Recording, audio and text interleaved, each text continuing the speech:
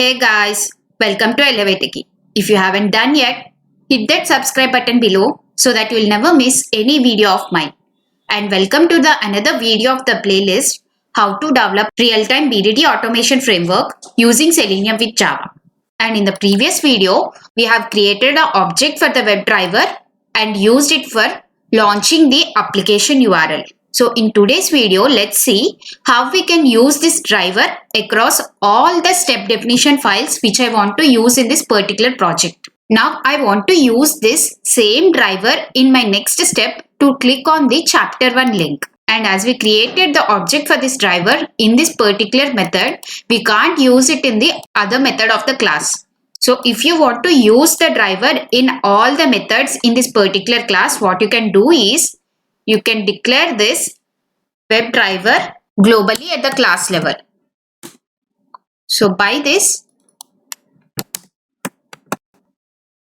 you can see we can use this driver across any of the method in this particular class.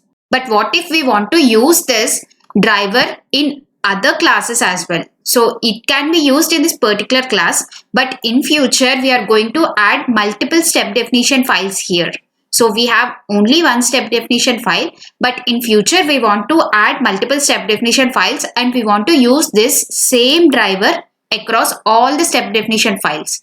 So when we declare this WebDriver in this particular class, we can't use this WebDriver in all the other classes. So for that, what we are going to do is we are going to create a Java class which says WebDriver utils in our framework, so that we are going to give all the driver related actions we want to perform in that class, and that can be used in any of the step definition file in future by importing that WebDriver util class. So what I'll do is I'll navigate to the source folder src main java, and in this I'm going to create a package.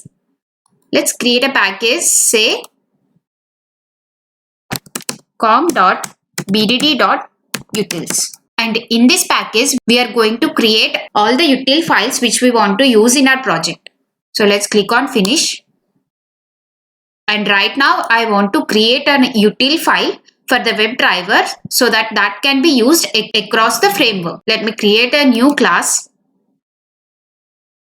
And we are going to name the class as WebDriver utils. Click on finish. So this is the WebDriver utils class, and in this we are going to create a method called getDriver. So every time when we call this method, what it gets is the driver instance which is being invoked. So let me create a method, public static, and it is going to return a WebDriver for me. So the return type is WebDriver and method name is getDriver. Let me import the WebDriver. Now under this method, we have to launch the browser so that it returns the WebDriver for us. And we have already written a code for that in our step definition file here. So let's copy this.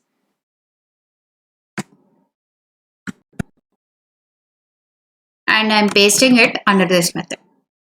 So I don't want to quit the driver, so I'm removing this step. Using this step, we are telling where our browser driver is, and later we will create the object of the WebDriver.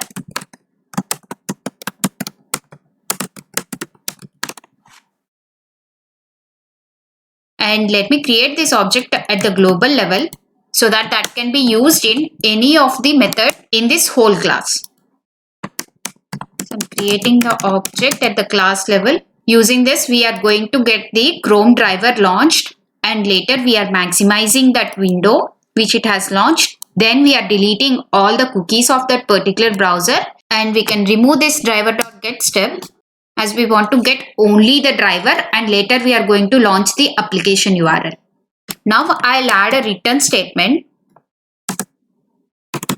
which returns me this driver instance. Now let's go to the step definition file, and here in this step, the first action we need to perform is get the driver invoked, and later we need to navigate to the URL of the application. So for getting the driver, we will be using this getDriver method which we have created in the WebDriver utils. Let's import this WebDriver utils class. which is under this com.bdd.utils, and then we have WebDriver utils class. So we are going to import all the methods in this WebDriver utils class. So now go to this method and call the driver getDriver method. For the method getDriver, we are getting the return type as driver. So we need to store the driver which is getting returned. So for storing it, let's create a variable. So let me say the variable name as cDriver, and I'll be storing the driver instance under this cDriver. Now we need to implement this step. User navigates to the application. So let's call the application URL. So the driver instance is cDriver.get, and let me copy the application URL. By this step, we should be able to navigate to the URL of the application successfully. Now let's run and see if it is working fine. Go to test runner, select run as, and test ng.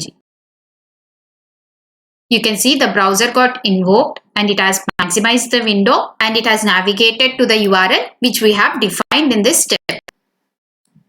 So in this way, we have created a WebDriver util class, and in that we have created a method getDriver which returns the driver instance so that we can call it across any of the step definition file in the framework. So that's it for this video, and in the coming up video, let's see how to implement the next step, which is user clicks on the chapter 1 link. Thanks for watching the video. Hope you learned something new today. Please do like, share and subscribe the channel. See you in the next video.